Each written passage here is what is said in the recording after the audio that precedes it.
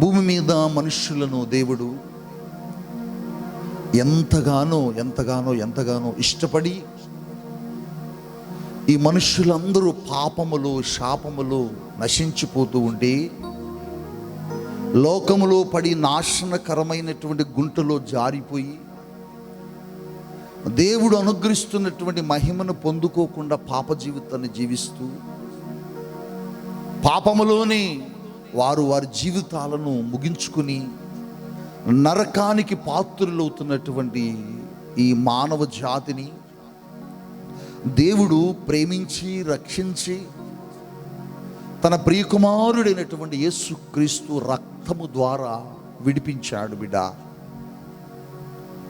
యేసుక్రీస్తు ప్రభుని లోకానికి తండ్రి అయిన దేవుడు ఎందుకు పంపారంటే, నీవు నేను మనందరము మన ఆలోచనలు బట్టి, మన ఉద్దేశములను బట్టి, మన దేహముతో చేసినటువంటి పాపముల నుంచి విడిపించడానికి ఈ లోకానికి ప్రియ తండ్రి తన ప్రియ కుమారుడైన యేసుక్రీస్తు ప్రభువును నీ కోసం నా కోసం పంపించి తన పరిశుద్ధమైన రక్తముతో, తన పవిత్రమైనటువంటి రక్తముతో నిన్ను నన్ను శుద్ధి చేశారు. ఆయన నిన్ను నన్ను రక్షించడానికి, నిన్ను నన్ను విడిపించడానికి, నిన్ను నన్ను పాప కోపము నుంచి బయటకు తీసుకురావడానికి తన ప్రియకుమారుడైన యేసుక్రీస్తు ప్రభుని తండ్రి భయంకరముగా కొట్టడానికి అప్పగించారు. అతనిని నలగగొట్టుట నాకు ఇష్టమాయను అని యెషయా 53వ అధ్యాయములో ప్రభు చక్కగా వ్రాస్తున్నారు. ఎందుకు తన కుమారుణ్ణి కొట్టడానికి ఇష్టమైంది దేవునికి? ఏ తండ్రి తన కుమారుడు కొట్టబడాలని కోరుకోడు. ఏ తండ్రి తన బిడ్డలు ఇబ్బంది పడాలని కోరుకోరు. ఏ తండ్రి తన బిడ్డలు శరీరాలు భయంకరంగా హింసించబడాలని కోరుకోరు. అటువంటి తరుణంలో మరి ఈ తండ్రి ఎందుకు తన కుమారుడిని ఆ భయంకరమైనటువంటి మరణానికి అప్పగించాడు? ఆ శిలువ మ్రాను మీద యేసుక్రీస్తు ప్రభుని తండ్రే అప్పగించాడట. తండ్రి అప్పగిస్తే కుమారుడు ఏం చేశారంటే, తనకు తానుగా తన ప్రాణమును పెట్టడానికి ఆయన శిలువ మ్రానెక్కారు. ఎక్కి బిడ్డ ఏం చేశారు యేసయ్య అంటే, తన ప్రాణమును పెట్టి తన రక్తమును కార్చి తన దేహమును మన కొరకు ముక్కలుగా చేయించుకొని కొట్టబడేలా చేసుకొని నిన్ను నన్ను పాప కోపములో ఉన్న మనల్ని రక్షించారు. రక్షించినటువంటి ఆ తండ్రి ఆ ప్రియకుమారుడిని యేసుక్రీస్తు ద్వారా రక్షించుకొని నిన్ను నన్ను లోకము నుంచి ఏం చేశారంటే వేరు చేశారు. హల్లెలూయా. ఇప్పుడు నువ్వు క్రీస్తుకు సంబంధించినటువంటి వ్యక్తివి, క్రీస్తు ప్రభువుకు సంబంధించినటువంటి మనుష్యుడివి. అందుకోసమే పౌలు అంటాడు, నేను క్రీస్తు ముద్రలను నా శరీరము మీద ధరించుకుని ఉన్నాను అంటున్నాడు. క్రీస్తు ముద్రలను పౌలు కలిగి ఉన్నాడట. అంటే పౌలును దేవుడు కొనుక్కున్నాడు, పౌలును దేవుడు సంపాదించుకున్నాడు. అలాగని మనల్ని కూడా తండ్రి అయిన దేవుడు సంపాదించుకున్నాడు. బిడ్డ, ఆ తండ్రి నిన్ను నన్ను లోకము నుంచి వేరు చేశాడు, లోకము నుంచి ప్రత్యేకించాడు. లోకము నుంచి నిన్ను ప్రత్యేకముగా ఆయన ఏం చేశాడంటే ఓ స్థలానికి తీసుకొచ్చుకున్నాడు. లోకములో ఉంటే పడిపోతావని, లోకములో ఉంటే నాశనమైపోతావని, లోకములో ఉంటే నీ జీవితాన్ని సాతానుడు మరలా కబలిస్తాడని నిన్ను ఓ ప్రత్యేకమైన స్థలానికి ఆ తండ్రి తీసుకొని వచ్చి దాచిపెట్టాడు. ఆ దాచిపెట్టబడినటువంటి స్థలమే రక్షణ పొందుకొని, మారు మనసు పొందుకొని, బాప్తిస్మం పొందుకొని, ప్రభువు శరీరాన్ని తీసుకుంటూ ప్రభు రక్తాన్ని త్రాగుతూ దేవుని యొక్క నామములో రక్షించబడిన నీవు లోకము నుంచి ప్రత్యేకించబడ్డావు కదా. ఇప్పుడు ప్రత్యేకించబడినటువంటి నిన్ను దేవుడు ఓ స్థలములో జాగ్రత్తగా దాచిపెట్టాడు. ఈ సత్యం నీకు తెలిస్తే ఈరోజు ఈ వర్తమానం విన్న తర్వాత నీ ఆలోచనలన్నీ మారిపోతాయి, నీ ఉద్దేశాలన్నీ మొత్తం మారిపోతాయి బిడ్డ. అందుకోసమే ఈ సందేశాన్ని చివరి వరకు జాగ్రత్తగా వినాలని ప్రభు సేవకుడిగా నేను మిమ్మల్ని కోరుతున్నాను. అయితే ఎక్కడికి తీసుకొచ్చాడు రక్షించబడిన వ్యక్తిని? ప్రపంచంలో ఉన్నటువంటి మనుషులందరినీ ప్రభు రక్షించాడు. ప్రపంచంలో ఉన్నటువంటి పాపాత్ములందరినీ ప్రభు తన రక్తముతో కడిగాడు. ప్రపంచంలో ఉన్నటువంటి మనుషులందరినీ దేవుడు రక్షించుకొని లోకము నుంచి పాపం నుంచి వేరు చేసుకుని నిన్ను ఓ ప్రత్యేకమైన స్థలములోనికి తీసుకొచ్చి దాచిపెట్టాడు. ఆ దాచిపెట్టబడినటువంటి స్థలం పేరేంటంటే క్రీస్తు సంఘము. హల్లెలూయా, హల్లెలూయా. క్రీస్తు సంఘము అనే స్థలములో నిన్ను దేవుడు ఏం చేశాడంటే దాచిపెట్టాడు, అక్కడికి తీసుకొచ్చి ఉంచాడు. అంటే రక్షించబడిన ప్రతి వ్యక్తి రావలసిన స్థలం, మారు మనసు పొందుకున్న ప్రతి వ్యక్తి ఉండవలసిన స్థలం, రక్షణ పొందుకొని మారు మనసు పొందుకొని బాప్తిసం పొందుకొని క్రీస్తు రక్తములో కడగబడినటువంటి ప్రతి వ్యక్తి ఎక్కడ ఉండాలంటే ఓ సంఘములో ఉండాలి. ఓ సంఘములో ఉండాలి. ఎందుకు అంటే ఈ సంఘములో ఎవరుంటారు? ఈ సంఘములో ఎవరుంటారు అంటే రక్షణ పొందుకున్నటువంటి మనుషులు ఉంటారు. ఈ సంఘములు ఎవరుంటారంటే క్రీస్తు రక్తములో కడగబడినటువంటి మనుషులు ఉంటారు. ఈ సంఘములు ఎవరుంటారంటే క్రీస్తు రక్తము చేత వెల పెట్టి కొనబడినటువంటి వ్యక్తులు, అమూల్యమైన మనుషులు ఉంటారు. ఈ సంఘములో మనుషులను దేవుడు ఎందుకు తీసుకొచ్చాడంటే ఇక్కడ ఉండాలని ఆయన ఇష్టపడి లోకము నుంచి నిన్ను ప్రత్యేకించుకొని లోకము నుంచి నిన్ను ప్రత్యేకంగా బయటకు తీసుకొచ్చి నిన్ను ఓ సంఘానికి ఆయన అటాచ్ చేశాడు, నిన్ను నడిపించాడు. ఓ సంఘములు నిన్నేం చేశాడు తెలుసా? స్థిరపరిచాడు. ఓ సంఘములు నిన్ను నాటాడు. అంటే రక్షణ పొందుకున్న వ్యక్తి బయట ఉండకూడదు, మారు మనసు పొందుకున్నటువంటి వ్యక్తి బయట ఉండకూడదు, ప్రభు రక్తములో కడగబడినటువంటి వ్యక్తి బయట ఉండకూడదు, ప్రభు నామములో మారు మనసు పొంది బాప్తిస్మం పొందినటువంటి వ్యక్తి బయట ఉండకూడదు. ఆ వ్యక్తి ఎక్కడుండాలి? ఆ వ్యక్తి ఎక్కడుండాలి? సంఘములో, మందిరములో. ఆ వ్యక్తిని దేవుడు తీసుకొచ్చి సంఘములో నాటుతున్నాడు బిడ్డ, నాటుతున్నాడు. చాలామంది ఈ రోజుల్లో, కడవరి దినాల్లో, ఈ చివరి అంచె దినాల్లో చాలామంది రక్షణ పొందుకొని మారు మనసు పొందుకొని బాప్తిస్మం తీసుకొని క్రీస్తు రక్తంలో కడగబడి ప్రతి నెల దైవ సేవకుల ద్వారా బల్లలో చేతులు వేసి ఎక్కడుంటున్నారంటే మరలా బయటే ఉంటున్నారు, మరలా బయటే బ్రతుకుతున్నారు, మరలా బయటే జీవిస్తున్నారు, మరలా బయటే ఉండటానికి ఇష్టపడుతున్నారు. కానీ దేవుడు నువ్వు బయట ఉండడానికి ఇష్టపడట్లేదు. నిన్ను ఆ లోకము నుంచి విడిపించింది, ఆ లోకము నుంచి రక్షించింది, ఆ లోకము నుంచి ప్రత్యేకంగా తీసుకొని వచ్చింది. దేనికంటే నువ్వు అక్కడ ఉండకూడదని, అక్కడ నువ్వు ఉండటానికి దేవుడు ఇష్టపట్ల. అందుకోసమే లోకము నుంచి నేను ఏం చేశాడంటే వేరు చేశాడు. మారు మనసు పొందినటువంటి సహోదరి, మారు మనసు పొందినటువంటి సహోదరుడా, రక్షణ పొందుకున్నటువంటి సహోదరుడా, రక్షణ పొందుకున్నటువంటి సహోదరి, ప్రియ దైవ జనాంగమా, ప్రియ దేవుని బిడ్డలారా, క్రీస్తు రక్తములో కడగబడిన నీవు ఓ స్థలములోకి దేవుడు నిన్ను తీసుకొచ్చి నాటాడు. దేవుడు నిన్ను ఎందుకు తీసుకొచ్చి నాటాడు? నువ్వు ఆ సంఘంలో ఉండాలని, ఆ సంఘంలో నువ్వు ఉండాలనేది దేవుని యొక్క ఉద్దేశం. కానీ ఈ రోజున చాలామంది దైవ సేవకుల మీద అలిగి మందిరాలకు రాకుండా గృహాల్లో ఉంటున్నారు. ఏదో లైవ్లో మాట్లాడతాడు కదా, లైవ్లో వాక్యం వినొచ్చు కదా, లైవ్లో దేవుని మాటలు విని సంతోషపడొచ్చు అనుకుంటున్నారేమో. కానీ లైవ్లో నీవు సంఘ ఆరాధన అయిపోయిన తర్వాత విను, సంఘానికి వెళ్ళి వాక్యాన్ని విని వచ్చిన తర్వాత విను. అంతేగాని సంఘానికి వెళ్ళకుండా నువ్వు ఉండకూడదు. రక్షించబడిన మనుషుడు, రక్షణ పొందుకున్నటువంటి వ్యక్తి, బాప్తిస్మం పొందినటువంటి మనుషుడు, ప్రభు రక్తములో కడగబడినటువంటి మనుషుడు ఓ సంఘములో దేవుడు తీసుకొచ్చి దాచిపెడుతున్నాడు. ఓ సంఘములో దేవుడు తీసుకొచ్చి నాటుతున్నాడు. అంటే రక్షణ పొందుకున్నటువంటి నీవు, మారు మనసు పొందుకున్నటువంటి నీవు సంఘములో ఉండాలి, మందిరములో ఉండాలి.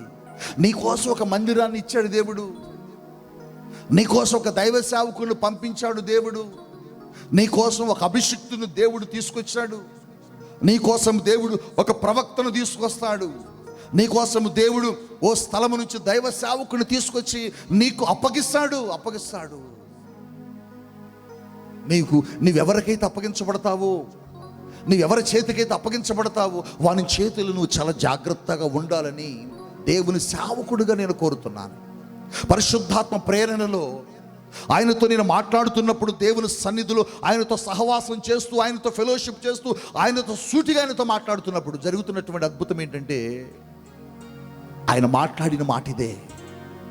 రక్షణ పొందుకున్నటువంటి మనుషుడు, మారు మనసు పొందుకున్నటువంటి నీ జీవితమును దేవుడు లోకములో ఉండకుండా నిన్ను ప్రత్యేకముగా ఇదిగో ఇక్కడ తీసుకొచ్చి సంఘములో పెడుతున్నాడు. నీకోసం సేవకుని పంపాడు కదా, నీకోసం ఒక దైవజనుడిని ఒక ప్రాంతం నుంచి తీసుకొచ్చాడు కదా, నీకోసం దైవజనుడు నీకు బోధించాలని తన సన్నిధిలో, దేవుని సన్నిధిలో నిలబడి ఉన్నాడు కదా. కానీ నువ్వేం చేస్తున్నావు బిడ్డ అంటే, సంఘానికి రాకుండా, సంఘములో లేకుండా, సంఘానికి వెలుపల ఉన్నావు. సంఘము వెలుపల ఉండదు బిడ్డ. సంఘము వెలుపల ఉంటే నీ జీవితం ప్రమాదం. సంఘము వెలుపల గనుక నువ్వు జీవిస్తే నీ బ్రతుకు నాశనమైపోద్ది. సంఘానికి వెలుపల, సంఘానికి బయట, సంఘానికి దూరంగా గనుక నువ్వు ఉంటే నీ జీవితాన్ని అపవాది మింగేస్తాడు. లోకములో ఉన్న నిన్ని, లోకములో బ్రతుకుతున్న నిన్ను, లోకములో నాశనం అయిపోతున్న నిన్ను కడిగి తీసుకొచ్చి సంఘములు ఎందుకు పెట్టాడు దేవుడు అంటే, సంఘములో చాలా ఆశీర్వాదాలు ఉన్నాయి, దేవుని మందిరములో చాలా దీవెనలు ఉన్నాయి, దేవుని సంఘములో ఆయన కట్టినటువంటి, ఆయన రక్తము చేత కట్టినటువంటి ఈ సంఘములో చాలా చాలా చాలా చాలా దీవెనలు, బ్లెస్సింగ్స్ ఉన్నాయి బిడ్డ. కానీ చాలామంది సంఘానికి రాకుండా రక్షణ పొందుకుని బయటే ఉంటారు, సంఘానికి రాకుండా రక్షించబడి బయట తిరుగుతుంటారు. అదేవి ఎందుకు నువ్వు చర్చికి వెళ్ళడం లేదు అని గనక ఎవరైనా అడిగితే, సేవకుడు అడిగితే, ఆ సేవకుడు నా మీద కోపగించుకున్నాడండి, ఆ దైవజనుడు నన్ను గద్దించాడండి, ఆ దైవ సేవకురాలు నా మీద రకరకాలుగా మాట్లాడిందండి, అందుకోసమే ఆ సంఘానికి ఇప్పుడు నేను వెళ్ళడంలే, అందుకోసమే నాకు బాధ అనిపించి వెళ్ళడంలే. నీకు ఈ పరిశుద్ధాత్మ దేవుడు ఒక మాట చెప్పమని నన్ను ప్రేరేపిస్తున్నాడు తన ఆత్మచేత. సాతానుడు ఎందుకు నీ జీవితాన్ని పాడు చేయడానికి వాడు నిన్ను బయటే ఉంచుతున్నాడు. ఎందుకు నిన్ను బయట తిప్పుతున్నాడు సాతానుడు అంటే, నువ్వు సంఘములో ఉంటే వాడు నిన్ను ముట్టడం అసంభవం, నిన్ను తాకటం కష్టం, నీ దగ్గరకు రావడం కష్టం. అందుకోసమే నిన్ను బయట ఉండేలా చేసి, సంఘానికి దూరం అయ్యేలా చేసి, సేవకుల మీద పగ, సేవకుల మీద కోపం, సేవకుల మీద కక్ష కట్టేలా చేసి, నిన్ను మందిరానికి, సంఘానికి, నీకోసం పంపబడిన సేవకునికి దూరంగా, నీకోసం సేవకుడు ఈ ప్రాంతానికి వస్తే, నీకోసం సేవకుడు నీ ప్రాంతానికి వస్తే, నువ్వు దేవుని సంఘానికి రాకుండా తప్పుకుంటున్నావు. చూడు, సాతానుడు నిన్ను మోసపరుస్తున్నాడు. నీవు నీ ఇంటి దగ్గరే ఉన్నావు, నీవు నీ ఊరిలోనే ఉన్నావు, కానీ నీ దగ్గరికే దైవ సేవకుడిని పంపాడు. నువ్వు వాక్యం వినడానికి ఎక్కడికో 100,000 మైళ్ళు వెళ్ళడంలే, 100,000 మైళ్ళ దూరం నుండి దైవజనుని దేవుడు తీసుకొస్తున్నాడు. ఎందుకు? నీ కోసం. నువ్వు సంఘంలో ఉండాలని, నువ్వు బయట ఉండకూడదని. అందుకని ప్రియ దైవ జనాంగమా, ఈ మధ్యాహ్నపు వేళ దేవుడు నీతో మాట్లాడుతున్నాడు. నీవు రక్షణ పొందితే, మారు మనసు పొందితే నువ్వు బయట ఉండకూడదు, సంఘములో కట్టబడాలి, సంఘములో నువ్వు నాటబడాలి, సంఘములో నువ్వు స్థిరపరచబడాలి. ఎందుకు నువ్వు సంఘములో ఉండాలి, ఎందుకు నువ్వు సంఘాన్ని కోరుకోవాలి, ఎందుకు నువ్వు సంఘములో నిలబడాలంటే దేవుడు మాట్లాడుతున్నాడు. ఎఫెసీయులకు రాసినటువంటి పత్రికలో పౌలు భక్తుడు ఆ సంఘానికి చాలా అద్భుతంగా రాస్తున్నాడు. 5వ అధ్యాయము 25వ వచన భాగములో, ఎఫెసీయులకు రాసినటువంటి పత్రిక 5వ అధ్యాయము 25వ వచనములో దేవుని యొక్క వాక్యం ఈ రీతిగా సెలవిస్తుంది. ఏమైనా మాట్లాడుతున్నాడు చూద్దాము. స్త్రీ చూడండి, సంఘము క్రీస్తునకు లోబడినట్లుగా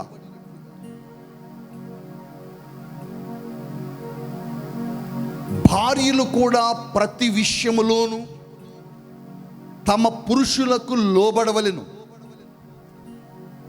పురుషులారా, మీరును మీ భార్యలను ప్రేమించండి, అటువలనే క్రీస్తు కూడా సంఘమును ప్రేమించెను. ఎంత చక్కటి మాట రాస్తున్నాడు పౌలు. ఎఫెసీ సంఘానికి వెళ్ళాడు. ఆ సంఘములో ఉన్నటువంటి వ్యక్తులందరిని ఉద్దేశించి పౌలు మాట్లాడుతున్న దేవుని వాక్యం ఏంటంటే, దేవుడు సంఘమును ఎంతగానో ప్రేమించాడట. బాబా బాబా బాబా బాబా బాబా దేవుడు సంఘాన్ని ఎంతగానో ప్రేమించాడు. ఆ సంఘములో దేవుని ప్రేమ ఉన్నది. నీవు సంఘానికి ఎందుకు వెళ్ళాలి? సంఘములో ఎందుకు చేర్చబడాలి? ఒక మందిరములో, ఒక సంఘానికి, ఒక పరిచర్యలో నీవు సభ్యురాలుగా ఎందుకు ఉండాలి అంటే, ఆ సంఘాన్ని దేవుడట ప్రేమిస్తున్నాడట. హల్లెలూయా. అంటే చూడండి, సంఘాన్ని ప్రేమిస్తున్నాడు, సంఘములో ఉన్న వాళ్ళను ప్రేమిస్తున్నాడు. సంఘము వెలుపల ఉన్న వాళ్ళని కాదు, సంఘము బయట ఉన్న వాళ్ళని కాదు, సంఘములో ఉన్న వాళ్ళని, సంఘముగా కూడుకున్న వాళ్ళను దేవుడు ప్రేమిస్తున్నాడట. హల్లెలూయా, హల్లెలూయా, హల్లెలూయా. సంఘమును దేవుడు ప్రేమిస్తున్నాడట. ఎంత అద్భుతమైన మాట బిడ్డ. క్రీస్తు కూడా సంఘమును ప్రేమించాడట. నీకు ఒక అద్భుతమైన మాట చెప్పడానికి పరిశుద్ధాత్ముడు ఇష్టపడుతున్నాడు. సంఘమును దేవుడు ఏం చేశాడు? ప్రేమించాడట. ప్రేమ ఉన్న చోట ఏముంటుందంటే కాపుదల. అంటే సంఘములో నువ్వు ఎప్పుడైతే వస్తావో, సంఘములోకి నువ్వు ఎప్పుడైతే చేర్చబడతావో, సంఘము లోపలికి నువ్వు ఎప్పుడైతే నడిపించబడతావో, ఒక సంఘానికి, ఒక సంఘ పరిచర్యకు నువ్వు ఎప్పుడైతే కట్టుబడి ఉంటావో, ఆ సంఘములో దేవుడు ఏం చేస్తాడంటే తన కాపుదలనిస్తాడు, సంఘాన్ని కాస్తాడు. ప్రేమించే తండ్రి ఏం చేస్తాడు? ప్రేమించే భర్త ఏం చేస్తాడు?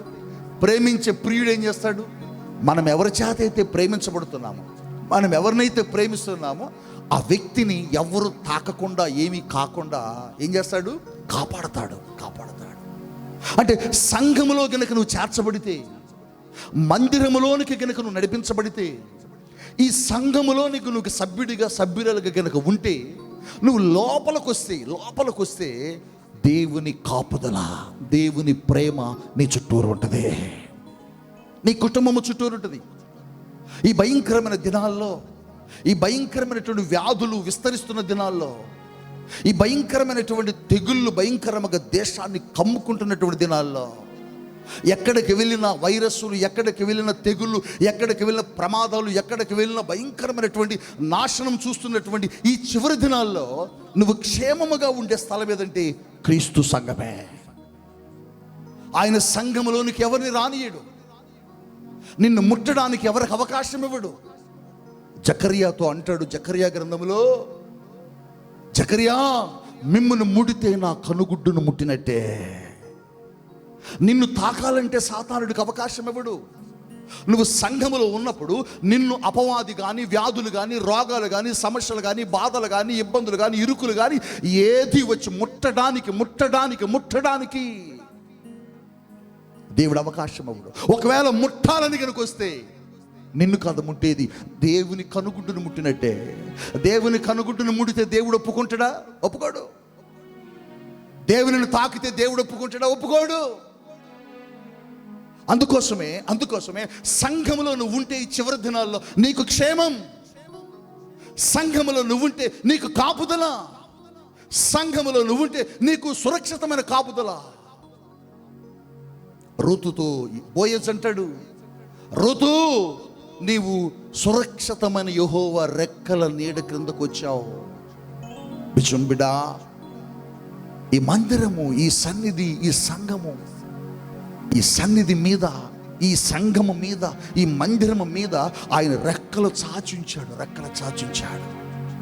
అందుకోసమే సంఘములో నువ్వు ఉండాలి. ఆదివారం భాషగా నన్ను నరిచాడండి, అందుకని నేను రావట్లే. ఎవరికి నష్టం? నీకే. నువ్వు సంఘానికి రాకుండా ఇంట్లో ఉండు, నువ్వు సంఘానికి రాకుండా బయట ఉండు, నువ్వు సంఘానికి రాకుండా రోడ్డు మీద తిరుగు. అపవాది కాటేస్తాడు, అపవాది నాశనపరుస్తాడు, అపవాది నీ మీద కన్నేశాడు, అపవాది వలలోనూ చిక్కుతావు. అందుకోసమే ఆయన కాపుదల ఈ సంఘానికి ఉంది. ఈ సంఘాన్ని ఆయన ప్రేమిస్తున్నాడు. ఈ సంఘాన్ని దేవుడు ఇష్టపడుతున్నాడు. ఈ సంఘాన్ని కంచె వేశాడు. దేనితో వేశాడు తెలుసా? కంచె క్రీస్తు రక్తముతో ఆయన కంచెగా చుట్టేశాడట. నిన్నొచ్చి సాతానుడు ముట్టకుండా, నిన్నొచ్చి అపవాది తాకకుండా, నిన్నొచ్చి దుష్టుడు అంటుకోకుండా తన రక్తముతో ఆయన గోడ కట్టేశాడట. రక్తముతో గోడ కట్టేశాడట. అబ్బా, ఎంత గొప్ప కృప కలిగిన దేవుడు అండి, ఎంత ప్రేమ కలిగిన దేవుడు బిడ్డ. ఎంత ప్రేమిస్తే నీ పట్ల ఆయనకి ఎంత జాగ్రత్త ఉందో చూడు. తన కుమారుడైన యేసు రక్తాన్ని నీకు నాకు కంచెగా గోడగా కట్టేశాడట. బాబా. అందుకోసమే దైవ సేవ జనాంగమా, రక్షించబడిన నువ్వు బయట ఉండొద్దు. మారు మనసు పొందిన నువ్వు ఆదివారం బయట ఉండకూడదు. మార్పు చెంది బ్రతుకులో బాప్తిసం తీసుకున్న నీవు బయట ఉండటానికి వీల్లేదు. సంఘంలోకి రావాలి. ఛార్జీలు లేవండి, నడుచుకుంటారా.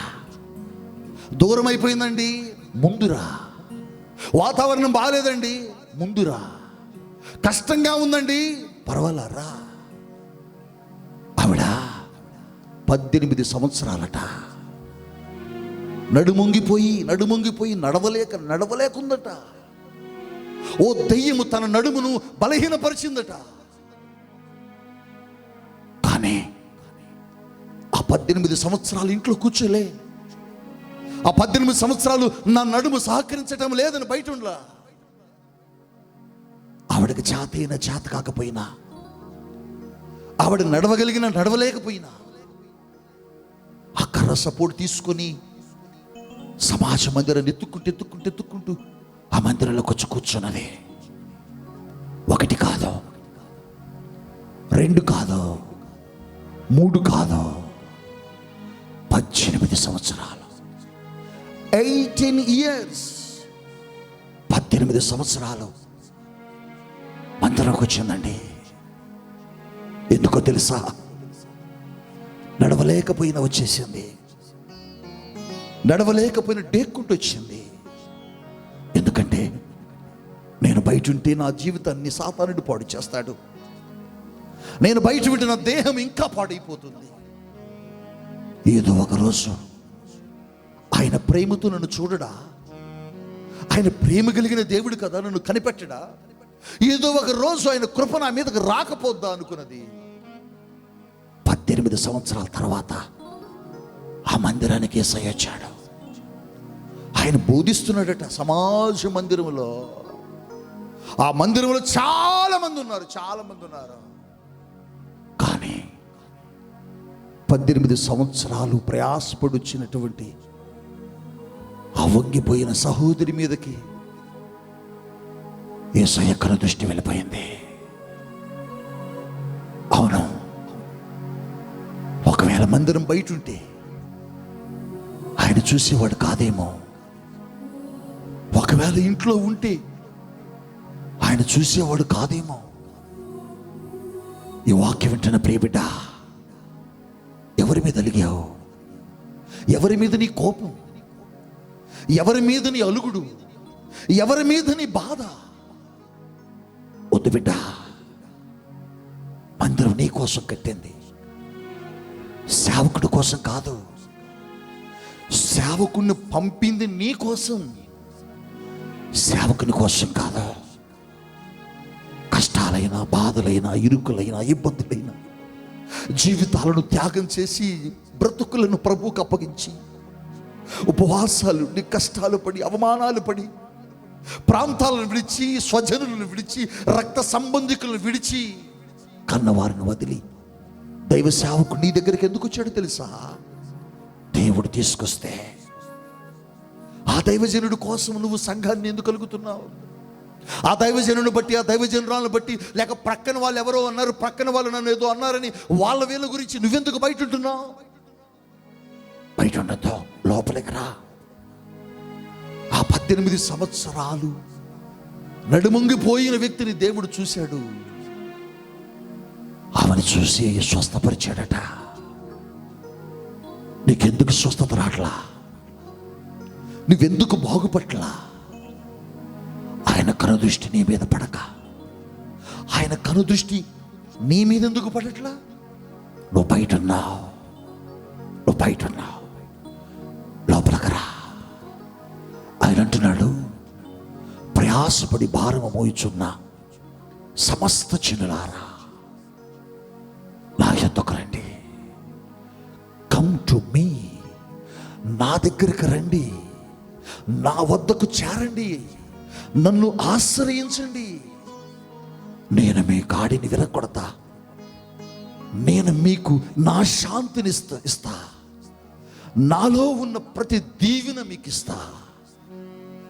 వస్తావా? ఆయన సన్నిధికి బయట ఉండకు. ఆ రోజున ఆ పొలములో అందరూ పరిగెరుకుంటున్నారట, అందరూ పరిగెరుకుంటున్నారట. ఆ పరిగెరుకునే క్రమంలో నేను కూడా పరిగెరుకుని వస్తాను అత్తయ్య అని అత్తగారి పర్మిషన్ అడిగి రూతు అనబడి ఓ యవ్వనస్తురాలు పొలం దగ్గరకు వచ్చింది. భర్తను కోల్పోయింది, జీవితం అంతా పతనమైపోయింది, ఎవ్వరూ సహకారులు లేరు. ఆ పొలములో పని చేసుకుందామని ఇంటి నుంచి బయటకు వచ్చి ఆ పొలములో పనిచేస్తుంది. ఆ పొలములో పనిచేస్తూ ఉండగా పొలం యజమానుడు గమనించాడు. పొలములో పని చేసేవారిని పిలిచాడు. ఏయ్ బాబు, ఎవరు అమ్మాయి? ఆ యవనస్తురాలు ఎవరని అడిగాడు. పలానా రూత్ అండి, భర్త చనిపోయాడు, తన అత్తగారు వృద్ధురాలు, ఆవిడ అత్తగారిని పోషించడానికి పనికొచ్చింది. అవునా? అయితే భర్త లేడా? లేడండి. వెంటనే పెద్దల్ని పిలిపించాడు, వెంటనే తన అత్తగారిని పిలిపించాడు. అందరి ముందు చెబుతున్నాడు, ఈ రూతుని నేను వివాహం చేసుకుంటా, ఈ రూతుకు నేను ఒక మంచి జీవితం ఇస్తా, ఈ రూతుకు నేను ఒక మంచి భవిష్యత్తునిస్తా. చక్కగా వివాహమైంది. కూలి పనిగా వచ్చినటువంటి ఆవిడ, కూలి చేసుకోవడానికి వచ్చినటువంటి ఆవిడ ఏ పొలానికి కూలీగా వచ్చిందో ఆ పొలానికి యజమానురాలైంది. కారణం పొలములోకి రాబట్టి. ఒకవేళ పొలములోకి రాకుండా ఇంటిలో ఉంటే బోయజు కంటిలో పడేది కాదు.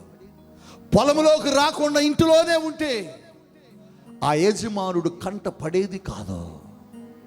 ఈ వాక్యం వింటున్నటువంటి ప్రియబిడ్డ, పొలమనగా సంఘం, పొలమనగా మందిరము, పొలమనగా పరలోకం.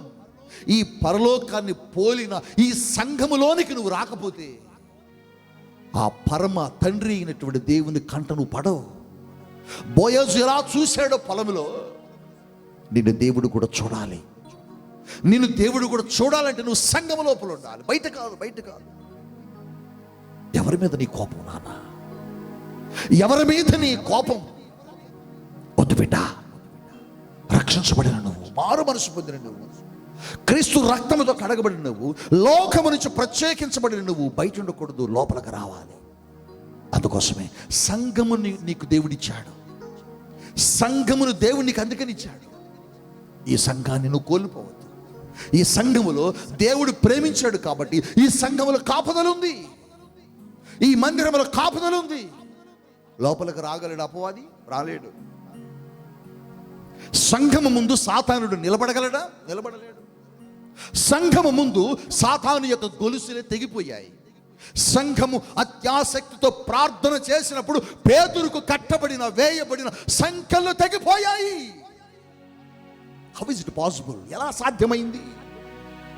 సంఘం సంఘం సంఘం ప్రార్థన అంటే సంఘములో కాపుదల, సంఘములో సురక్షితమైనటువంటి కాపుదల. ఈ వాక్యం వింటున్న నీతో దేవుడు చెబుతున్నాడు, అందుకని సంఘానికి నువ్వు అటెండ్ అవ్వాల్సిందే. నువ్వు ఉద్యోగం స్థలానికి పోకపోయినా నీకు మా అయితే ఒక రోజుకి నష్టానికి 1000 రూపాయలు నష్టం అవుతాయి. కానీ సంఘానికి, మందిరానికి నువ్వు ఒక రోజు రాకపోతే దావీదు ఏమన్నాడు తెలుసా? నీ మందిరావరణములో నేను గడపాలని నాకు ఆశ ఉంది, ఒక్క దినము గడుపుట నాకు 1000 దినములతో సమానం. పేతురు ఏమన్నాడు తెలుసా? 1000 సంవత్సరములతో సమానం. అంటే నువ్వు ఎన్ని సంవత్సరాల దీవెన ఆశీర్వాదాలు కోల్పోతున్నావు అంటే 1000 సంవత్సరాల దీవెనలు నువ్వు కోల్పోతున్నావు. మందిరానికి రాకపోవటం, ఆఫీసుకు పోకపోతే 1000 రూపాయలు నష్టం, ప్రయాణం చేయకపోతే 1000 రూపాయలు నష్టం, జాబుకు వెళ్ళకపోతే 1000 రూపాయలు నష్టం. కానీ సంఘానికి వెళ్ళకపోతే నీ ఆధ్యాత్మికమైన జీవితానికి నష్టం. అందుకోసమే సంఘమునకు నువ్వు వెళ్ళాలి. అందుకోసమే సంఘాన్ని నీకు ఇచ్చాడు. ఆ సంఘములో మొదటిగా నీకు కాపుదల, ఆయన ప్రేమ ఉంది. రెండవదిగా నువ్వు సంఘానికి ఎందుకు వెళ్ళాలి? రక్షణ పొందిన నువ్వు సంఘములో మందిరానికి ఎందుకు వెళ్ళాలి? దేవుడు వాక్యం మాట్లాడుతున్నాడు. కీర్తనకారుడు రాస్తున్నాడు, చూడండి. కీర్తన గ్రంథము 20వ అధ్యాయము 2వ వచనములో చక్కని మాటను కీర్తనకారుడు చక్కగా రాస్తున్నాడు. చూడండి, మీ బైబిల్ ఉంటే 20వ అధ్యాయము 2వ వచనాన్ని చదువుదాం. పరిశుద్ధ స్థలములో నుండి ఆయన నీకు సహాయము చేయును. పరిశుద్ధ స్థలం ఎక్కడుంది? ఎక్కడుంది? దేవుడు ఎక్కడుంటే అక్కడ. పరిశుద్ధ స్థలం ఎక్కడుంటుంది? దేవుడు ఎక్కడుంటే అక్కడ. మోషే హడావుడిగా చెప్పులు వేసుకొని పర్వతం దగ్గరికి వెళ్తుంటే మోషేతో దేవుడు అన్నాడు, మోషే స్టాప్ దేర్, ఆగు. ఎందుకు ప్రభువా? నువ్వు నిలబడిన స్థలము పరిశుద్ధమైన స్థలం. అంటే పరిశుద్ధమైన స్థలం ఎందుకన్నాడంటే దేవుడు ఆ పర్వతం మీద ఉన్నాడు. దేవుడు ఎక్కడుంటే అక్కడ పరిశుద్ధమైన స్థలం. ఇప్పుడు దేవుడు ఈ స్థలంలో, ఈ మందిరంలో ఉంటానని చెబుతున్నాడు కదా. మరి ఈ మందిరం ఏమైపోద్ది? పరిశుద్ధ స్థలం అయిపోద్ది. ఇది పరిశుద్ధ స్థలమైనప్పుడు దేవుని వాక్యం ఏమంటుంది? నీకు సహాయము ఈ స్థలము నుంచే వచ్చును. హల్లెలూయా. ఎక్కడి నుంచి వచ్చింది నీకు సహాయం? ఎక్కడి నుంచి నీకు సహాయాన్ని పంపుతాడు దేవుడు? పరిశుద్ధ స్థలం నుంచి. సహాయం కోసం మనుషుల దగ్గరకు పోతున్నావా? సహాయం కోసం నాయకుల దగ్గరకు పోతున్నావా? సహాయం కోసం బంధువులను ఆశ్రయిస్తున్నావా? సహాయం కోసం వ్యక్తులను, స్నేహితులను ఆశ్రయిస్తున్నావా? వద్దు. నీకు అనారోగ్యమైన, బలహీనతైన, అప్పులైన, సమస్యలైన, వేదనలైన, ఏ బాధ ఉన్నా నీకు సహాయం దొరికే స్థలం ఈ పరిశుద్ధ స్థలం. ఈ మందిరంలో నీకు సహాయం దొరుకుతుంది. ఈ మందిరంలో నీకు దేవుడు సహాయం చేయడానికి ఇష్టపడుతున్నాడు. అందుకోసమే ఈ మందిరానికి నువ్వు నడిపించబడాలి. ఈ మందిరానికి నువ్వు పరిగెత్తుకుంటూ రావాలి. అందుకోసమే దావీదు అన్నాడు, అయ్యా నీ మందిరములో గడపాలని నాకు కోరికుందయ్యా. కోరహ కుమారులు అంటున్నారు, నీ మందిరావరణములను చూడవలని నేను మా ప్రాణము ఆశపడుచున్నది. నీకేం ఆశ ఉంది? నీకేం ఆశ ఉంది? చెప్పు, నీకేం ఆశ ఉంది? లోకాన్ని చూడాలని, సినిమాలు చూడాలని, సీరియల్స్ చూడాలని, బంధువులను చూడాలని? ఇవి కాదు. నువ్వు నిజంగా క్రీస్తు రక్తములు కట్టబడితే, కొనబడితే, కడగబడితే ఆయన మందిరాన్ని చూడాలా. లేవగాని ఆయన మందిరంలోకి వెళ్ళిపోవాలి. ఆయన పాదాల దగ్గరికి వెళ్ళిపోవాలి. ఆయన ముఖ దర్శనము చేయాలి. ఎంత బాగుంటుందో. ఆయన ముఖ దర్శనం అలవాటు పడితే మరో ముఖాన్ని మనం చూడలేము. అది నీ బిడ్డ కావచ్చు, నీ భర్త కావచ్చు, నీ భార్య కావచ్చు, నీ తండ్రి కావచ్చు, నీ తల్లి కావచ్చు, మరెవరైనా కావచ్చు. వారి ముఖం చూడబుద్ధి కాదు. ఎందుకని? క్రీస్తు ముఖములో ఆశీర్వాదం, క్రీస్తు ముఖములో తేజస్సు, క్రీస్తు ముఖములో ఉన్నటువంటి ఆ అద్భుతమైన కృప, ఆ ముఖాన్ని చూసి ఆ కలువరి సిలువలో ఆ దొంగ ఆయన పాపిని గ్రహించాడు. నువ్వు పరిశుద్ధుడివి అని చెబుతున్నాడు, నేను పాపిని అని తెలుసుకున్నాను అంటున్నాడు. ఏం చూశాడు అక్కడ? వాక్యం చెప్పలా యేసయ్య, మందిరానికి వెళ్ళలా ఆ దొంగ సిలువలో. మరి ఎలా తెలుసుకున్నాడు? ఆయన ముఖం చూడగానే ఆ పరిశుద్ధత, ఆ ప్రసన్నత, ఆ తేజస్సు ఆ దొంగలోకి వచ్చేసింది అంతే. అందుకోసమే ఆ పరిశుద్ధత స్థలంలోకి నువ్వు వస్తే నీకు సహాయం, నీకు సహాయము దొరికే స్థలం. ఎడకొచ్చి కూర్చో, రాగానే మందిరంలో కూర్చొని మోకరించి ప్రార్థన చేయి. అసలు ఆయన నీకు సహాయం చేయడానికి సిద్ధంగా ఉన్నాడు. ఆయన అంటున్నాడు, నీకు నేను సహాయం చేసేదను, ఆపత్కాలములో నీవు నాకు మొర్ర పెట్టుము, నీకు నేను ఉత్తరం ఇచ్చేదను, నీకు సమాధానం ఇచ్చేదు, నీకు నేను సహాయం చేసేదను. అందుకోసమే దావీదు రోజుకి ప్రతిరోజు 7 మార్లు వెళ్ళాడట మందిరంలోకి. ఎందుకు వెళ్ళాడు మందిరంలోకి అంటే ఆయన ముఖ కాంతిని చూడాలని. ఆయన ముఖ కాంతిలో ఉండి, అయ్యా నాకు సహాయం చేయి. 1 కాదు, 2 కాదు, 3 కాదు, 7 సార్లు వెళ్ళి అడిగితే దేవుడు దావీదు అడిగిన ప్రతిదానిని సహాయం చేశాడు. ఈ ఆరాధన కార్యక్రమంలో నువ్వెక్కడుండి వింటున్నావో, నువ్వే స్థలంలో, ఏ పరిస్థితుల్లో ఉండి వింటున్నావో, పరిశుద్ధాత్ముడు నీతో మాట్లాడుతున్నాడు. ఇది నీకు సహాయం చేసే స్థలం. రాజకీయ నాయకుల దగ్గరకు వెళ్ళకు, బంధువుల దగ్గరికి వెళ్ళకు, స్నేహితుల దగ్గరికి వెళ్ళకు సహాయం కోసం. బైబిల్ అంటుంది, మనుష్యుల సహాయము కోరుట వ్యర్థం, రాజులు నమ్ముట కంటే యెహోవాను ఆశ్రయించుట మేలు. వారు మాటిస్తారు, తప్పుతారు. వారు వాగ్దానం చేస్తారు, తప్పుతారు. కానీ యేసయ్య వాగ్దానం చేస్తే తప్పడం. వాగ్దానము చేసిన వాడు పౌలు అంటాడు కొరింథీయులకు చెబుతూ, నమ్మదగిన వాడు, నేను ప్రాణం పెడతాను అన్నాడు. సిలువలో పెట్టాడంతే. ఆ ప్రాణం పెట్టేటప్పుడు ఎంత భయంకరంగా ఉంటుందో ఆ పెయిన్ ఆయనకు తెలుసు. కానీ మాటిచ్చాడు వాళ్ళ కోసం నా ప్రాణం పెడతానని. మాట నెరవేర్చాడు. నీ స్నేహితుడు మాటిస్తాడు, నెరవేర్చడు. నువ్వు ప్రేమించిన వ్యక్తి మాటిస్తాడు, నెరవేర్చడు. నువ్వు ప్రేమించినటువంటి వ్యక్తులు మాటిస్తారు, నెరవేర్చరు, మధ్యలో విడిచిపెట్టి వెళ్ళిపోతారు. కానీ యేసయ్య వదిలే దేవుడు కాదు, నీకు సహాయం చేస్తాడు. ఈ మందిరములో సహాయం ఉన్నది. 1 కాపుదల, ఆయన ప్రేమ ఉన్నది. 2 ఆయన సహాయం ఈ మందిరములో ఉన్నది. థర్డ్ వన్, 3వది, దేవుడు మందిరములో ఏం పెట్టాడో చూద్దాము. 92వ కీర్తన భాగములో 13వ వచనములో ఒక చక్కని మాట రాస్తున్నాడు చూడండి. ఈ మందిరములో ఏముందో చూద్దాం. ఈ మందిరములో ఏముంది? ఎందుకు నిన్ను మందిరానికి అప్పగించాడు దేవుడు? ఎందుకు నిన్ను మందిరంలో దాచిపెట్టాడు? ఎందుకు నిన్ను మందిరానికి వెళ్ళమంటున్నాడు? చూద్దాం. 92వ కీర్తన 13వ వచనములో నేను చదువుతాను చూడండి. బైబిల్ ఉంటే, యెహోవా మందిరములో నాటబడిన వారై వారు మన దేవుని ఆవరణములో వర్ధిల్లుదురు. బా చప్పలు కొట్టండి. దేవుని మందిరములో నాటబడిన వారై వారు ఏమవుతారట? వర్ధిల్లుతారట. అంటే బ్లెస్ అవుతూ ఉంటారు, దీవించబడతా ఉంటారు. ఉన్న స్థితి నుంచి వారు అత్యధికమైన స్థితిలోనికి వెళ్ళిపోతారు. నువ్వు వచ్చినప్పుడు ఎలా వచ్చావు? మందిరానికి ఎలా వచ్చావు? చిన్న సైకిల్ వేసుకుని వచ్చావు. నువ్వు క్రమంగా మందిరానికి రావడాన్ని బట్టి దేవుడిని ఏం చేశాడు తెలుసా? ఒక కారు కొనుక్కునే స్థాయికి, ఒక బండి కొనుక్కునే స్థాయికి దేవుడిని తీసుకువెళ్ళాడు. నీ తల్లిదండ్రులు నిన్ను పోషించినప్పుడు నీ తల్లిదండ్రులకు సరైన భోజనం పెట్టలేకపోయారు. నీ తల్లిదండ్రులు నీకు సరైన వాహనం కొనివ్వలేకపోయారు. కనీసం సైకిల్ కూడా కొనివ్వలేకపోయారు.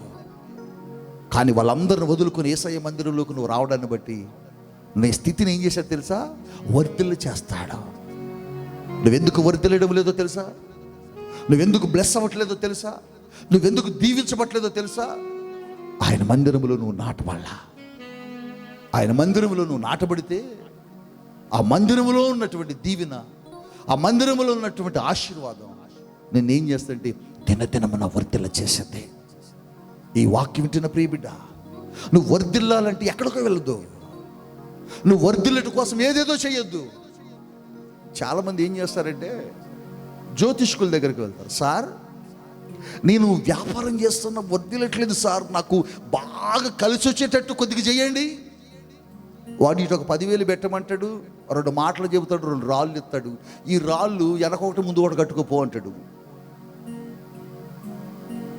రాళ్ళు మార్చవు జీవితాన్ని, ఉంగరాలు మార్చవు బ్రతుకులని, బూడిద మార్చదు జీవితాలని.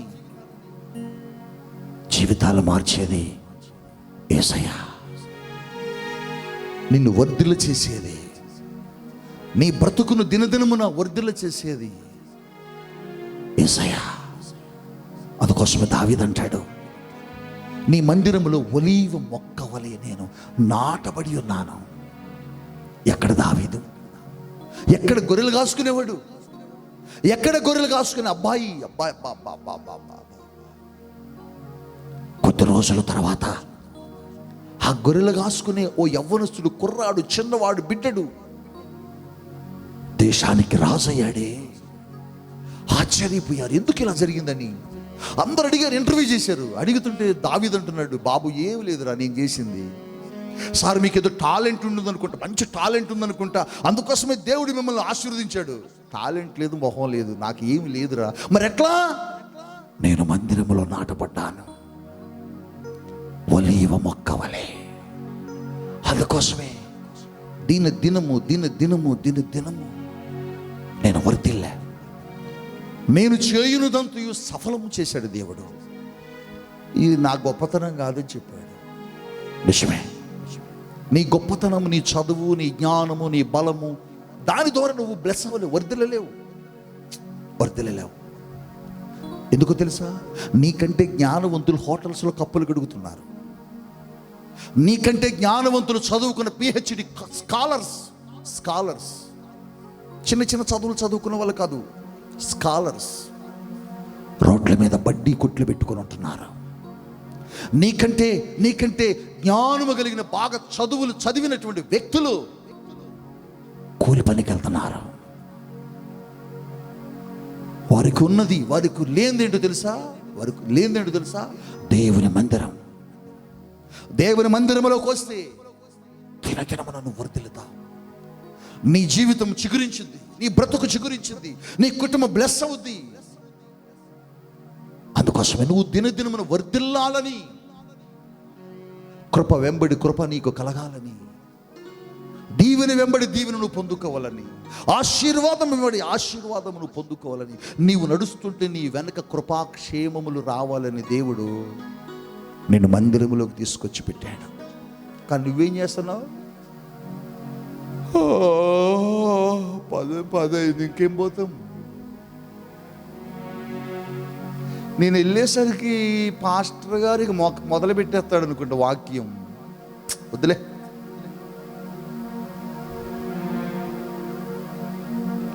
దేవుని సన్నిధిని కలవడానికి, దేవుని సన్నిధిలో చూడటానికి వేకవని రావాలి. మగ్దలేని మరియా యేసు ప్రభువును సమాధి చేసి పాతి పెట్టితే ఎప్పుడు వెళ్ళింది సమాధి దగ్గర కంటే? పెందల కడని చీకటిగా ఉండగానే. బాబా చీకటి కూడా తెల్లారలేదట, ఇంకా తెల్లారలా రావాలి. పెందల కాడ వెళ్ళింది కాబట్టి సమాధి బయట ప్రభు నిలబడి తనతో మాట్లాడాడు. కనుక్కుంది, యేసు ప్రభువుని కనుక్కుంది. నువ్వు ఆలస్యంగా వస్తున్నావు కాబట్టి దేవుణ్ణి కనుగొనలేకపోతున్నావు.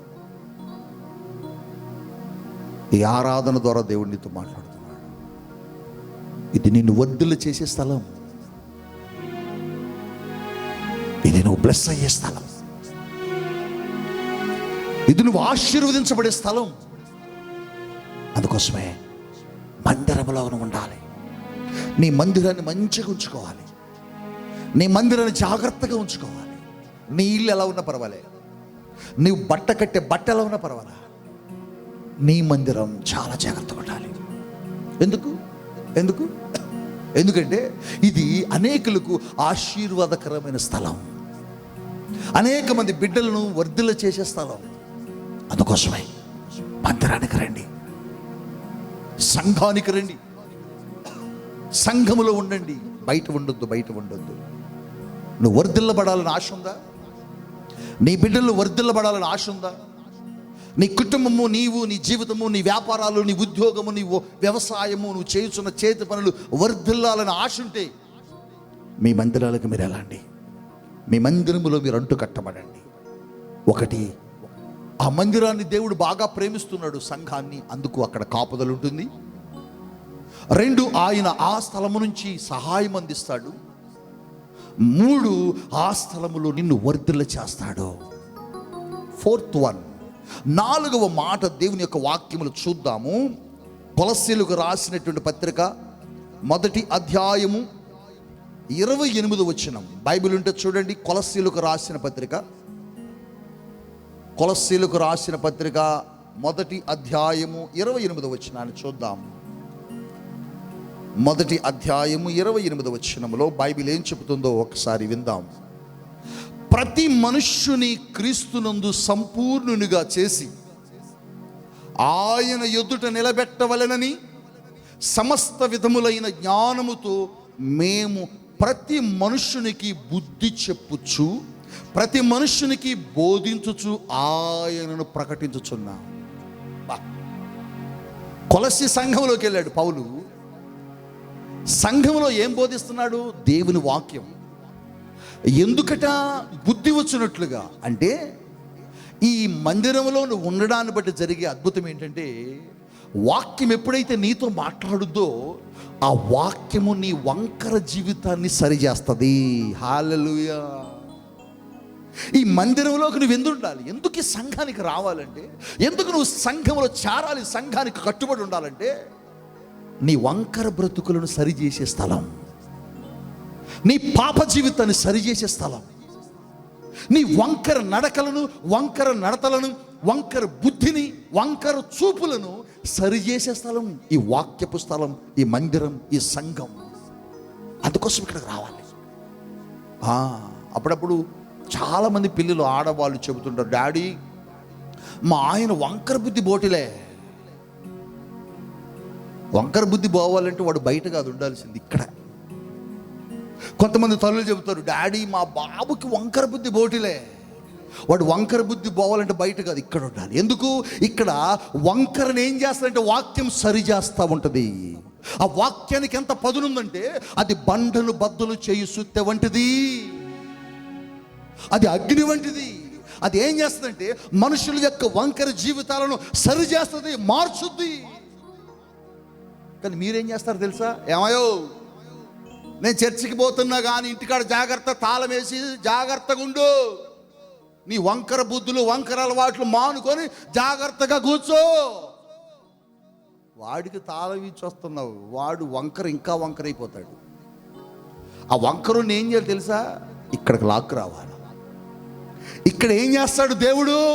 బుద్ధి చెప్పే మాటలు చెంపల మీద పెట్టి పెడ పెడ పెడ పెడ పెడ వాక్యంతో కొడతా ఉంటాడు.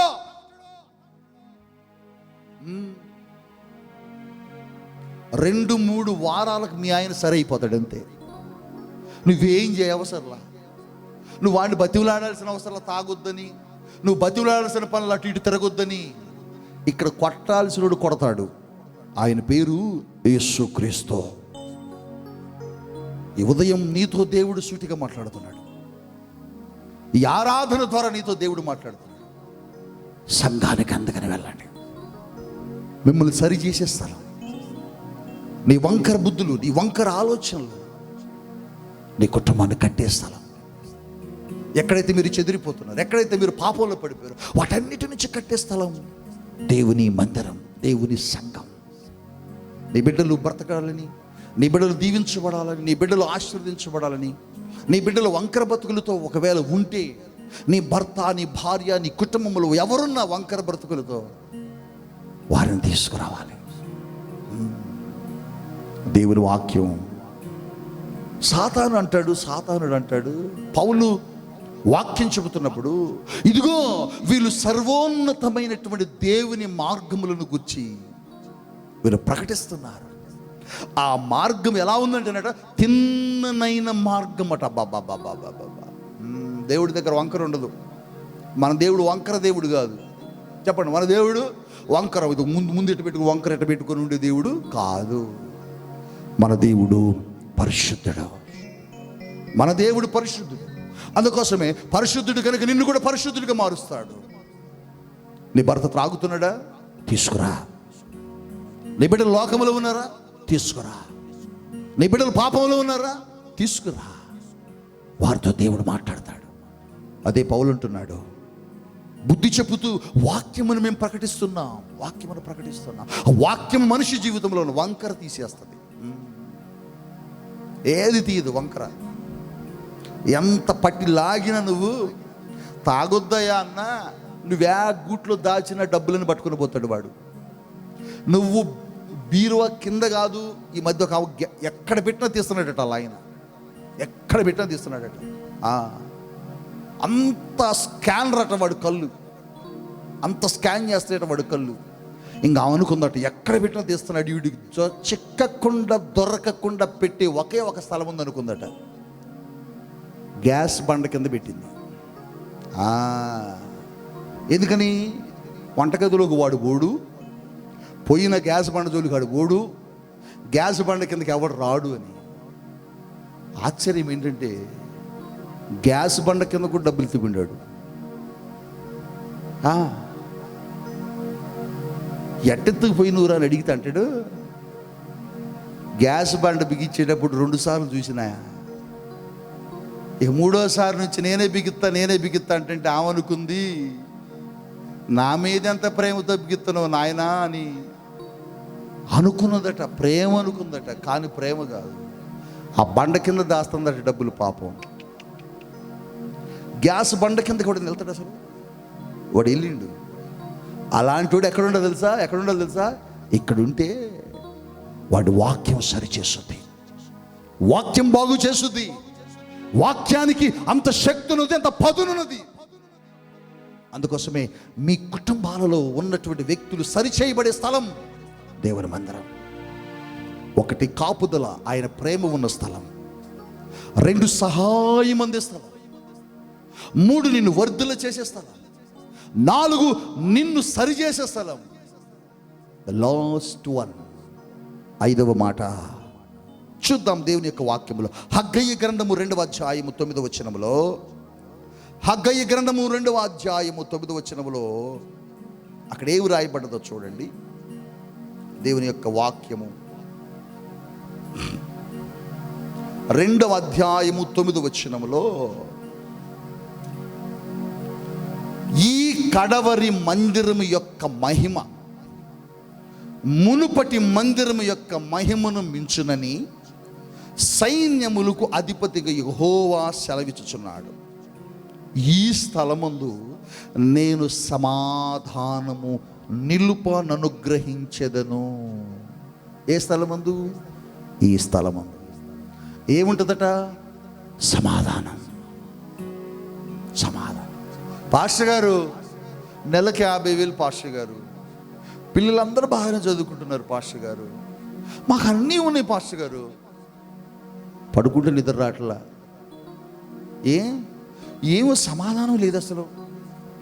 నా భార్యకి నాకు సమాధానం లేదు, మా బిడ్డలకి మాకు సమాధానం లేదు, మా బిడ్డలకి మాకు అసలు ఒక నిమిషం పడట్లా. నేను 50,000 సంపాదిస్తాను, నా భార్య 50,000 సంపాదించింది, నా బిడ్డలు కూడా సంపాదిస్తాను, కానీ మా ఇంట్లో సమాధానం లేదు పాస్టర్ గారు. ఇట్టొచ్చిందా?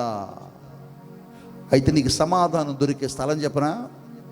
మరి ఎక్కడికి వెళ్తున్నావయ్యా? సమాధానం దొరకట్లేదని ఎక్కడికి వెళ్తున్నాను అనుకుంటున్నావు? ఎక్కడికి? Bar shop. తాగి ఇక వచ్చి పడుకుంటా పాస్టర్ గారు. ఇక వాళ్ళు ఏమన్ననుకొని ఇన్ననుకొని నాకు వినపడు, హాయిగా పడుకుంటే పొద్దుటి లేచి వాళ్ళు డ్యూటీకి పోతా. దానివల్ల కుటుంబం చాలా పాడైపోయింది. దానివల్ల కుటుంబం అప్పుల పాలైపోయింది. 50,000 రూపాయల జీతగాన్ని ఆఖరికి 500 రూపాయలు అడుక్కుని కాడికి వచ్చేసింది నా బ్రతుకు. పడుకుంటే నిద్ర లేదు, మా మధ్య సమాధానం లేదు, సంతోషం లేదు, ఒకరికొకరు పొంతన కుదరట్ల ఐక్యత లేదు, ప్రేమ లేదు. నేను ఇటు తిరుగుతాం, అటు తిరుగుతున్నా, ఆమె అటు తిరిగితే నేను ఇటు తిరుగుతున్నా, అసలు మా ఇంట్లో సమాధానమే లేదు. అయితే నువ్వు ఉండేది బార్ షాపులో కాదు, దేవుని సంఘములో, దేవుని మందిరంలో. ఎందుకు? సమాధానం ఇచ్చే స్థలం ఆయన మందిరం, సమాధానం ఇచ్చే స్థలం ఆయన సంఘం. ఈరోజు వస్తావా ఆయన మందిరంలోకి, ఆయన సంఘములో చేర్చబడతావా? బయట కాదు నువ్వు ఉండాల్సింది, లోపల. ఆయన సంఘములో నీకు ఇన్ని దీవెనలు ఉన్నాయి నాన్న, ఆయన మందిరములో నీకు ఇన్ని ఆశీర్వాదాలు ఉన్నాయి బిడ్డ. కానీ సాతానుడు వీటన్నిటిని నువ్వు పొందుకుంటావని నేను బయట తిప్పుతున్నాడు. నేను బయట నీ జీవితం అంతా తిరుగుతున్నావు. అలా వద్దు, వచ్చేసే, నీ సంఘానికి వెళ్ళిపో, నీ మందిరానికి వెళ్ళిపో. ప్రభు నీకు ఎక్కడ చూపించాడు? ప్రభు నీ కోసం పంపిన సేవకుడు ఎక్కడున్నాడు? ప్రభు నీ కోసం పంపబడిన దైవ సేవకుడు కనుగో, వెతుకో.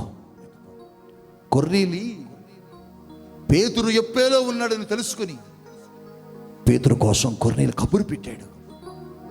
దైవజనుడా, నువ్వు రావాలి మా దగ్గరికి, నువ్వు రావాలి మా దగ్గరికి అన్నప్పుడు పేతురు కొర్నేలి ఇంటికి వచ్చాడు.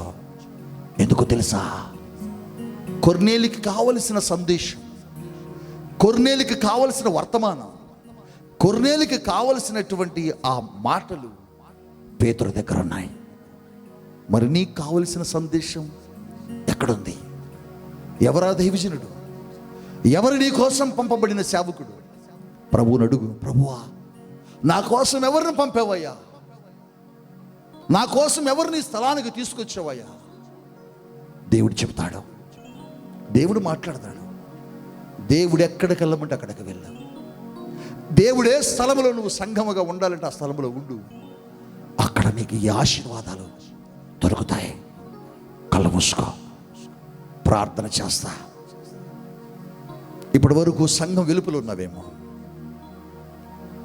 సంఘానికి బయట నిలబడ్డావేమో, రక్షణ పొందుకొని మారు మనసు పొందుకొని దేవుని రక్తములో కడగబడి బాప్తిసం పొంది క్రీస్తు శరీరాన్ని, క్రీస్తు రక్తాన్ని త్రాగుతూ తింటూ దైవ సేవకుల మీద కోపంతోనూ, దైవ సేవకురాల మీద కోపంతోనూ, లేకపోతే సంఘంలో ఫలానా వాళ్ళు నన్ను ఇలా అన్నారు అలా అన్నారు అనే బాధతోనూ నువ్వు సంఘానికి దూరం అయిపోతున్నావు. సాతానుడు చాలా తెలివిగా నిన్ను దారి తప్పించాడు. సాతానుడు చాలా తెలివిగా నిన్ను తన బుట్టలో వేసుకుంటున్నాడు. సాతానుడు చాలా తెలివిగా నిన్ను లోకంలోకి లాక్కెళ్ళిపోతున్నాడు. ఒక్కసారి కనులు తెరువు. దావీదు పాపంలో పడిపోయాడు, దేవునికి దూరం అయిపోయాడు, సంఘానికి దూరం అయిపోయాడు, మందిరానికి దూరం అయిపోయాడు. కాలి గజ్జె కట్టి తన కాళ్ళతో గజ్జెలతో నాట్యము చేస్తూ ఆరాధించినటువంటి ఆ గజ్జెల సవ్వడి ఆగిపోయింది. చేతులతో స్తుతిస్తూ ఆరాధిస్తూ వీణ పట్టుకొని ప్రభువుని గణపరిచినటువంటి ఆ వీణ తీగలు తెగిపోయాయి. గొంతెత్తి ప్రభువును స్తుతిస్తూ, గొంతెత్తి ప్రభువును ఆరాధిస్తూ పాటలు పాడినటువంటి ఆ గొంతు మోగపోయింది. ప్రభు తన దగ్గరకు వచ్చాడు. ఓ ప్రవక్త ద్వారా నాతాను నా కుమారుని హెచ్చరించని చెప్పినప్పుడు, నా కుమారుడు బయట ఉన్నాడు. ఇప్పుడు నా కుమారుడు నా సన్నిధికి దూరం అయిపోయాడు, నా కుమారుడు మందిరానికి దూరం అయిపోయాడు, వెళ్ళు సరిచేయి, గద్దించు అన్నప్పుడు, నాతాను వచ్చి గద్దించినప్పుడు, హెచ్చరించినప్పుడు దావీదు ఎక్కడికి వెళ్ళాడు తెలుసా? పరుగున మందిరంలోకి వెళ్ళిపోయాడు. మందిరం తలుపులు వేసుకుని ఏడుస్తున్నాడు. నన్ను క్షమించాయా, నీకు దూరం అయిపోయాను, నన్ను మన్నించయ్యా, నీకు దూరం అయిపోయాను.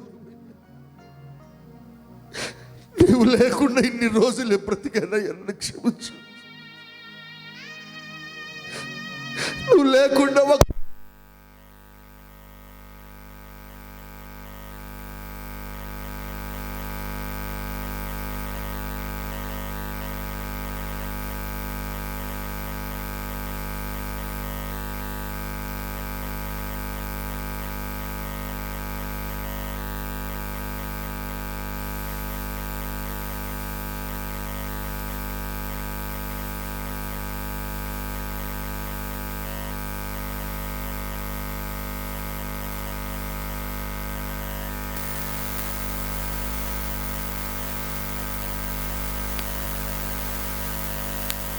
దావీదు తన జీవితాన్ని పరుగున దేవుని మందిరంలోకి వచ్చి, దేవుని సన్నిధిలోకి వచ్చి ఏడుస్తున్నాడు. అయ్యా, నీకు దూరం అయిపోయానయ్యా, నన్ను రక్షించి, నన్ను నీ ఆత్మతో అభిషేకించి, నన్ను నూతన కృపతో నన్ను నింపి, నన్ను అత్యధికమైనటువంటి దీవెనకరమైన జీవితంలోకి తీసుకొస్తే నేను నీ మందిరంలోకి రాకుండా దూరంగా తిరుగుతున్నానయ్యా. ప్రార్థించవలసిన నేను ప్రార్థనా సమయంలో మిద్దెక్కానయ్యా, నన్ను క్షమించు. ఏడుస్తున్నాడు.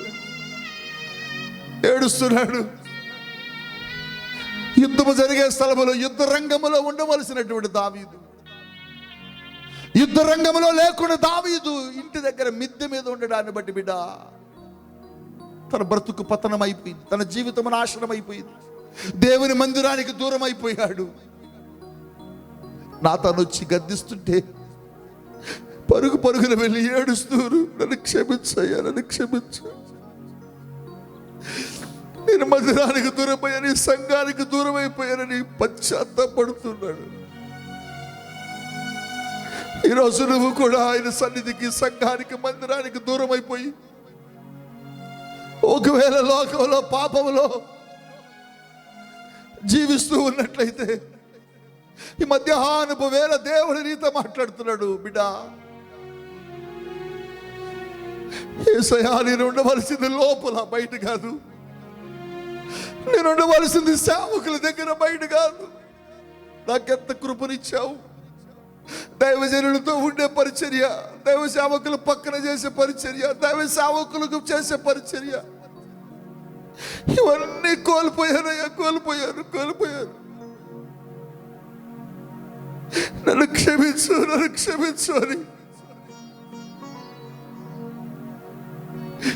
దేవుని పాదాలు పట్టుకొని మందిరానికి, సంఘానికి బయట కనుక ఉంటే లోపలికి వచ్చేయి.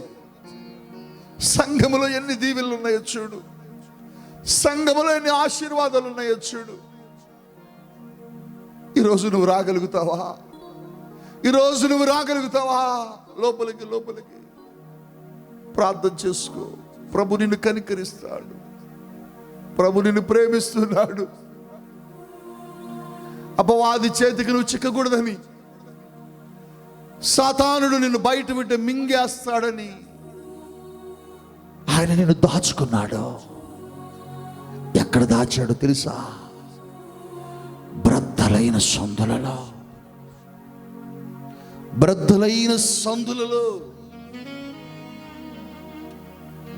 ఆ సందులో నువ్వు ఉంటే నిన్నెవడు ముట్టలేడు. ఆ సంఘములో నువ్వు ఉంటే నిన్నెవడు తాకలేడు. సురక్షితమైన స్థలం, సహాయము చేయు స్థలం, వర్ధిల్లు చేయు స్థలం, సరిచేయు స్థలం, సమాధానమిచ్చు స్థలం, కాపుదలిచ్చే స్థలం, ప్రేమ కలిగిన స్థలం.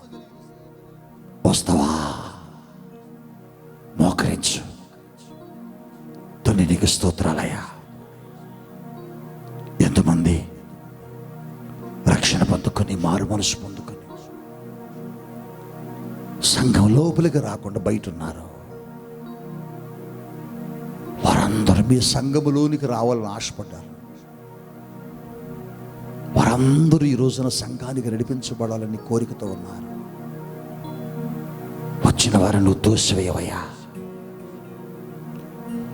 చనిపోయిన కొడుకు కుమారుడు వస్తే నువ్వు త్రోసివేయలేదయ్యా, త్రోసివేయలేదు, స్వాగతం చెప్పావు. ఎంతమంది అయితే లోపలికి వస్తున్నారో వారందరినీ నీ హక్కును చేర్చుకుని దీవించమని యేసు నామములో ప్రార్థించి దీవిస్తున్నా తండ్రి. ఆమేన్.